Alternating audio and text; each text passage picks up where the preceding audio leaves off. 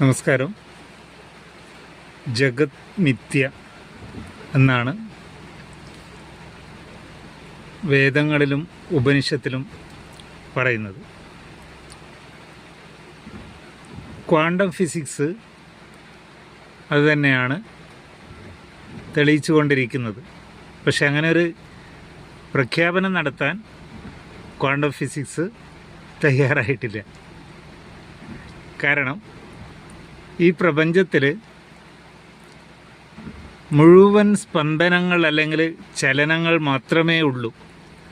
ഭൂമി എന്ന് പറയുന്ന ആ ഗോളം മുഴുവൻ സ്പന്ദനമാണ്. സൂര്യൻ സ്പന്ദനമാണ്, ചന്ദ്രൻ സ്പന്ദനമാണ്, മരം സ്പന്ദനമാണ്.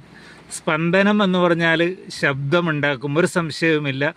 അപ്പോൾ ശബ്ദമുഖരിതമായ ഈ പ്രപഞ്ചത്തിൽ കുറച്ച് ശബ്ദം മാത്രം കേട്ട് നമ്മൾ ജീവിക്കുകയാണ് എന്ന് പറഞ്ഞാൽ ശബ്ദം തന്നെ മിഥ്യയാണ്. അല്ലെങ്കിൽ നമ്മൾ നിശബ്ദം എന്ന് പറയുന്നത് വെറും മിഥ്യയാണ്.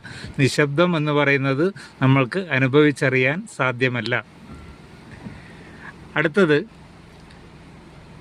ഫിസിക്സ് പറയുന്നത് ഒരു റെയിൽ പാളത്തിലൂടെ തീവണ്ടി പോകുമ്പോൾ അതിൻ്റെ ചക്രം പാളത്തിൽ സ്പർശിക്കാതെയാണ് പോകുന്നത്. പക്ഷേ അതിൻ്റെ ഇടയിലുള്ള ഗ്യാപ്പ് അത്രയും സൂക്ഷ്മമായതുകൊണ്ട് നമ്മൾക്ക് കാണാൻ സാധ്യമല്ല. അതിൻ്റെ കാരണം എന്താണെന്ന് വെച്ചാൽ ഇരുമ്പ് പാളത്തിൻ്റെ മുകളിൽ നെഗറ്റീവ് ചാർജുള്ള ഇലക്ട്രോണാണ് അതിൻ്റെ ഉപരിതലത്തിൽ ഉണ്ടാവുക. അതുപോലെ വണ്ടിയുടെ ചക്രത്തിലാണെങ്കിലും അതിൻ്റെ ഉപരിതലത്തിൽ നെഗറ്റീവ് ചാർജുള്ള ഇലക്ട്രോണിൻ്റെ മണ്ഡലം ഉണ്ടാവുക. രണ്ട് നെഗറ്റീവ് ചാർജുള്ള ഇലക്ട്രോൺ മണ്ഡലം അടുത്തടുത്ത് വരുമ്പോൾ അത് വികർഷിക്കും. ഒരു കാരണവശാലും അത് ടച്ച് ചെയ്യില്ല. പക്ഷെ നമ്മുടെ കണ്ണ് അത് സ്പർശിച്ച് അമർന്നു പോകുന്നതായിട്ടാണ് തോന്നുന്നത്. അല്ലെങ്കിൽ നമ്മൾ മണ്ണിലൂടെ നടക്കുമ്പോൾ സ്പന്ദനമായ ഭൂമിയാണ്, നമുക്ക് അറിയാൻ പറ്റുന്നില്ല. സ്പന്ദിക്കുന്ന ഭൂമിയിലൂടെ സ്പന്ദിക്കുന്ന നമ്മുടെ പാദങ്ങൾ ഭൂമിയിൽ സ്പർശിക്കാതെയാണ് പോകുന്നത്. ഇപ്പോൾ ഈ പറഞ്ഞ ട്രെയിനിൻ്റെ അതേ എഫക്റ്റ് നമ്മുടെ കാലും ഭൂമിയും തമ്മിൽ സ്പർശിക്കുമ്പോൾ ഉണ്ടാവും. അപ്പോൾ ഭൂമിയിൽ തൊടാതെ നമ്മൾ പോവുകയാണ്. പക്ഷേ നമ്മളെന്തായിരിക്കുന്നു, ഭൂമിയിൽ അമർത്തി ചവിട്ടിയിട്ടാണ് പോകുന്നത്. മറ്റു തരത്തിൽ പറഞ്ഞാൽ നമ്മളൊരു ബാഗ് മുറുകെ പിടിക്കുന്നു എന്ന് പറയുമ്പോൾ നമ്മുടെ കയ്യിൽ പിടിക്കുന്നില്ല, അത് അത്രയും ഗ്യാപ്പിലാണ് അത് നമ്മുടെ കയ്യിൽ കിടക്കുന്നത്. അതുപോലെ വെള്ളം എന്ന് പറഞ്ഞാൽ സ്പന്ദനമാണ്. ഹൈഡ്രജൻ്റെയും ഓക്സിജൻ്റെയും സ്പന്ദനം വേറിട്ട് നമ്മൾ കാണാൻ പറ്റില്ല. പക്ഷേ ഇത് രണ്ടും കൂടി കൂടിച്ചേരുമ്പോഴുള്ള ഇടത്തരം സ്പന്ദനമായിട്ടല്ല നമ്മൾക്ക് കാണുന്നത്, നമ്മൾക്ക് വെള്ളമായിട്ടാണ് നമ്മുടെ കണ്ണ് കാണിച്ചിരുന്നത്. കണ്ണിൻ്റെ പരിമിതിയാണ്. അതുപോലെ പ്രകാശം എന്ന് പറഞ്ഞാൽ ഫോട്ടോണാണ്, ഫോട്ടോണിൻ്റെ ചലനമാണ്. ഫോട്ടോണിൻ്റെ ചലനം നമ്മൾക്ക് കാണാത്തതുകൊണ്ട് നമുക്ക് ആ ചലനം ഒരു ദൃശ്യമായിട്ട്, പ്രകാശം എന്ന ദൃശ്യമായിട്ടാണ് കാണിക്കുന്നത്. ഇതെല്ലാം കൊണ്ട് ഏതെടുത്താലും നമ്മൾക്കിത് മിഥ്യയാണെന്ന് ക്വാണ്ടം ഫിസിക്സ് പ്രകാരം സമർത്ഥിക്കാൻ കഴിയും. Okay, thank you.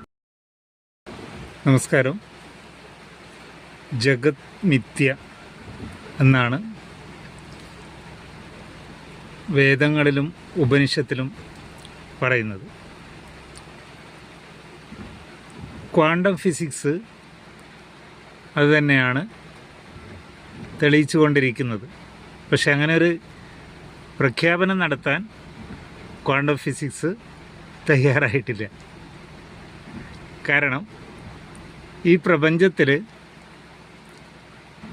മുഴുവൻ സ്പന്ദനങ്ങൾ അല്ലെങ്കിൽ ചലനങ്ങൾ മാത്രമേ ഉള്ളൂ. ഭൂമി എന്ന് പറയുന്ന ആ ഗോളം മുഴുവൻ സ്പന്ദനമാണ്. സൂര്യൻ സ്പന്ദനമാണ്, ചന്ദ്രൻ സ്പന്ദനമാണ്, മരം സ്പന്ദനമാണ്.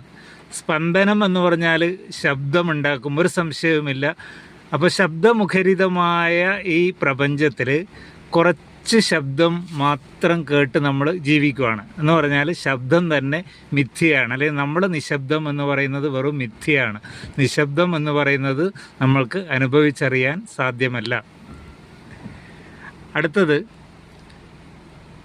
ഫിസിക്സ് പറയുന്നത് ഒരു റെയിൽ പാളത്തിലൂടെ തീവണ്ടി പോകുമ്പോൾ അതിൻ്റെ ചക്രം പാളത്തിൽ സ്പർശിക്കാതെയാണ് പോകുന്നത്. പക്ഷേ അതിൻ്റെ ഇടയിലുള്ള ഗ്യാപ്പ് അത്രയും സൂക്ഷ്മമായതുകൊണ്ട് നമ്മൾക്ക് കാണാൻ സാധ്യമല്ല. അതിൻ്റെ കാരണം എന്താണെന്ന് വെച്ചാൽ ഇരുമ്പ് പാളത്തിൻ്റെ മുകളിൽ നെഗറ്റീവ് ചാർജുള്ള ഇലക്ട്രോണാണ് അതിൻ്റെ ഉപരിതലത്തിൽ ഉണ്ടാവുക. അതുപോലെ വണ്ടിയുടെ ചക്രത്തിലാണെങ്കിലും അതിൻ്റെ ഉപരിതലത്തിൽ നെഗറ്റീവ് ചാർജുള്ള ഇലക്ട്രോണിൻ്റെ മണ്ഡലം ഉണ്ടാവുക. രണ്ട് നെഗറ്റീവ് ചാർജുള്ള ഇലക്ട്രോൺ മണ്ഡലം അടുത്തടുത്ത് വരുമ്പോൾ അത് വികർഷിക്കും. ഒരു കാരണവശാലും അത് ടച്ച് ചെയ്യില്ല. പക്ഷെ നമ്മുടെ കണ്ണ് അത് സ്പർശിച്ച് അമർന്നു പോകുന്നതായിട്ടാണ് തോന്നുന്നത്.